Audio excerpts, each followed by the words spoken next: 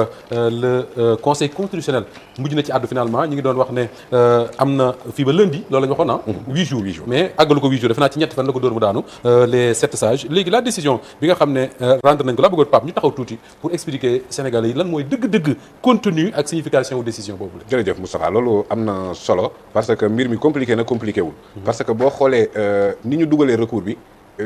buñ mënoon nañ koo simplifier de telle sorte que Sénégalais bi dinañ comprendre parce que ay arguments jurisprudentiels yi ñëw yoo xamante ne comme par exemple bu ñuy cité jurisprudence française boo xamante ne ça date de 1960 alors que mënoon nañu la wax rek article 80 ça pose le même principe 82 de la constitution ça pose exactement le même principe mais pour nga mën a gën a comprendre aussi cëslaay affaire yi foog ñu dellu tuuti ci ginnaaw parce que dafa am loo xamante ne projet de société bi la bokkoon mooy li président Diomaye présenté Sénégalais yi yu ci bëri mi ngi ci woon mais moom daf ne loolu doyul nañu def waxtaan dialogue trouver consensus parce que constitution dafa am solo alors bi ñu trouver consensus ci dialogue boobu noonu wax dëgg am na lu mu ci soppi am na loo xamante ne ci consensus bi la bokk ci projet de société am la bokk mais am na ci yoo xamante ne dindi na ko jël li mu bëgg mu jàll mu yóbbu ko conseil constitutionnel pour avis conseil constitutionnel jox ko avis am na ay problème de tournure de sémantique et cetera conseil constitutionnel def ci avis jox ko alors kon gis nga ni li mu yoroon au début moom soppi na ko ci ni mu ko bëggee léegi nag mu yóbbu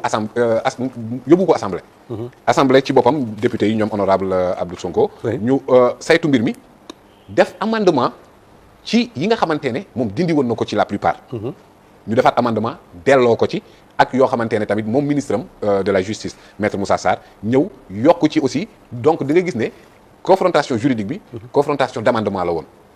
député Pastef yi dañoo def ay amendement am yu ñu yokk moom it mu def amendement à travers son ministre de la justice am yu ñu wàññi alors léegi nag bi ñu ñëwee plénière le gouvernement a voulu restreindre ou bien neutraliser les amendements des députés d'accord loolu loolu moom moo tax maanaam gouvernement li mu bëggoon mooy amendement yi député yi def bañ a jàll d'accord naka la ko defee dafa convoqué li ma lay wax léegi nii mooy un recours au vote bloqué.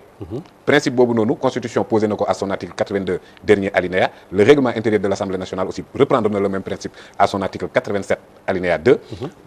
recours la boo xamante ne ci gàttal pour Sénégalais yi mën ko comprendre ci anam bu simple mooy assemblée bu leen amandé ti nañu retenir au final que les amendements du gouvernement. D'accord alors bi mu expliquer sax d'ailleurs le vote bloqué. le vote bloqué loolu moom mooy vote bloqué. maanaam projet bi wala proposition bi ñëw na mais benn député bu mu voté député yi daal dañuy vote de manière bloquée globale. mais bu ñu dugg ci biir di amender benn député du wax individuellement assemblée bi ci boppam moom mooy ñëw rek approprier loolu après les amendements des députés sont neutralisés mais loolu tekkiwul ne gouvernement moom mën na amender te amendement gouvernement day jàll kon donc logique juridique bi c'était quoi moom andi na ay amendement députés yi andi nañ ay amendement moom amendement députés yi bëggatul mu jàll donc day delluwaat la révision constitutionnelle ci situation originelle bu ko président Diomaye soxlaa woon alors bi mu évoqué loolu noonu le président de l'Assemblée nationale ne ko déedéet lii nga wax ni mënut a nekk ci proposition de loi ci projet la mën a nekk maanaam su lu jógee ci gouvernement la mën a nekk voilà mais lu jógee ci député yi moom loolu mënoo ko cee def loolu Ousmane Sonko jàpp loolu la Ousmane Sonko jàpp mais boo delluwaatee ci texte yi mooy disposition yi ma la cité ci vote bloqué benn ci ñoom spécifié wul que ni projet la wala proposition d'accord c'est-à-dire li mu wax daf ko tirer de la pratique et de la jurisprudence parce que bu dee xel bu sell rek di nga mën a comprendre ne ñun ñu def suñu proposition yow nga ñëw nañu bul wax ci suñu proposition looloo tax pour une jurisprudence constante boo xamante ne même la jurisprudence française dañuy jël li nga xamante ne mooy proposition bu jógee ci député yi boobu daanaka doo leen mën a tere ñoom ñu amender foofu d'accord alors léegi nag bi ñu delluwaatee kon ñoom neutraliser nañ leen foofu ñu amaat le texte maintenant que Pastef voulait au départ alors président Diomaye day dellu si waat ci moom ñoom it waa coalition Diomaye daa mel ni def nañ conférence de presse wane ne dañuy dem référendum waaw loolu lañ annoncé woon annoncé nañ bu ni mel Maître Moussa Sarr aussi annoncé woon voilà vendredi bi tamit gis nga ne am na benn mbir bu nekk ci biir boo xamante ne annoncé nañ ko ce vendredi mooy que président warul jiite parti politique wala coalition mais teewul vendredi passé gis nga ne ci lañ annoncé maire yi que ne dina créer parti daf koy jiite wala du ko jiite leneen la bu fekk nañu voté texte ba pare boobu voté nañ ko ba mu nekk ci moom ba mu nekk ci loxom mu war a yor cëggali guyam war na ne dañuy dem référendum wala da koy delloowaat assemblée kon boobu xam na ne texte bi mu téye jàllagul parce que moom am na délai bu koy may mu saisir conseil constitutionnel d'accord donc kon da nga doon jàpp ne kon moom soit da ko doon approuvé wala mu ne peuple bi décidé leen ca la ko yóbbee nag assemblée mais conseil constitutionnel du moins mais bi ñuy dugal conseil constitutionnel daanaka ay considération de forme maanaam ci ni mbir mi demee li ñuy woowee procédure waa kay donc conseil constitutionnel moom duggul ci affaire fond ankañ mais argument yi mu joxe. argument yi président joxe parce que ñoom keroog Aly Ngouille Ndiaye ki fi toogoon nee na 2 problèmes rek lañ d'accordul. mooy l'avocat là maître Ali. oui nee na 2 points la ñu d'accordul ci révision bi nekk en cours kon mën nga saisir constitutionnel. 2 recours partiels maanaam 2 yi ñu d'accord. waaw mënoon nañ ko ñoom mënoon nañ ko président mënoon na ko mais deful loolu. procédure bi la attaqué. globalement tout la attaqué.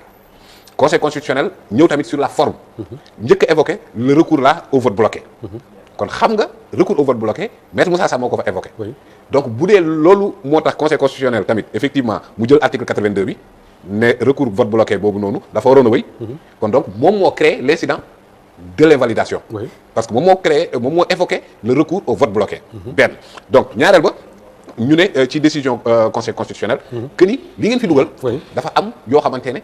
dafa am incident financier te bu amee incident dafa xaalis boo xam ne day yokk budget bi wala yu demee noonu. c'est ça d'accord te bu amee loolu yéen da ngeen war règlement intérieur wax na leen ko constitution wax leen ko da ngeen ci war a dugalaale fi ngeen di jëlee koppar googu.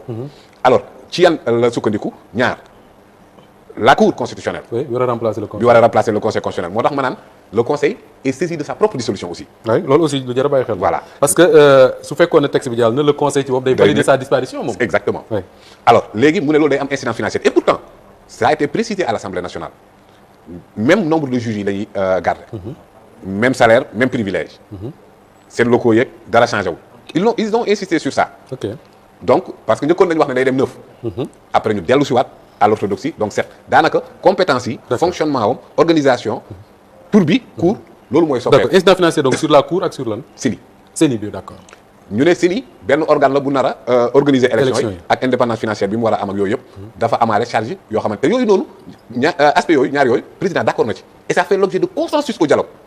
oui mais en réalité CENI boo ko créé dina am incidence financière quand même parce que la CENI c'est beaucoup de moyens. bon la DGE ce sont des moyens. oui mais li DGE yor rek mënul dundal CENI. pourquoi parce que non, parce que CENI, il y aura des, comme c'est un peu sous le modèle Sénat, tu auras des CEDI, des commissions électorales départementales indépendantes, tu en trouveras un peu partout. Sénat. Oui. C'est Sénat. Oui. Amna SEDA. Oui, il y a des SEDA. Am nañ ay locaux. Oui. Am nañ lépp. D'accord. léegi CENI bi nag moom différence am mooy ne kii organiser élection bi day génn ci ministère. Le ministère da ciy génne loxoom. loolu kese moom mooy en fait. et loolu le président Diomaye daf ci mës a d'accord. toujours moo tax ma ne ça fait l'objet de consensus. et d'ailleurs bi ñu ko doon dugal sax moom daf ko rocci woon ci projet de révision constitutionnelle bi. alors léegi comme que ça fait l'objet de consensus. comme que dafa bokk ci sa projet de société. d'accord même incident financier buy am nañ ko dugal amendement ñu réglé waale ko foofu noonu. d'accord parce que charge bi boobu noonu même bu amee. mën nañ ko supporter parce que ça fait l'objet de consensus parce que moom consensus la doon wut. d'accord moo tax demande bi. oui. ak intégration de vote bloqué. mu compliqué parce que moom dafa ne consensus lay wut. d'accord en même temps il empêche à l'honorable Abdou Sonko de parler. ok parce que bu nee vote bloqué ba député yi bu leen wax. voté leen lépp mbaa ngeen sànni lépp. bu leen wax.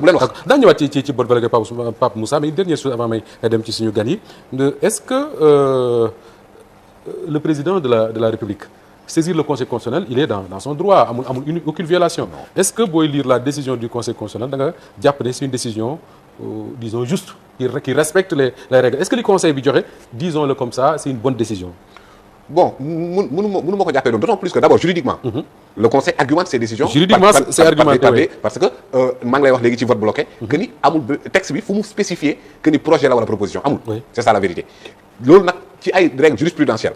te jurisprudence boo xoolee la pyramide juridique jurisprudence day suufee ci loo xamante ne constitution dafa taxaw donc moom constitution la évoqué. oui article 82.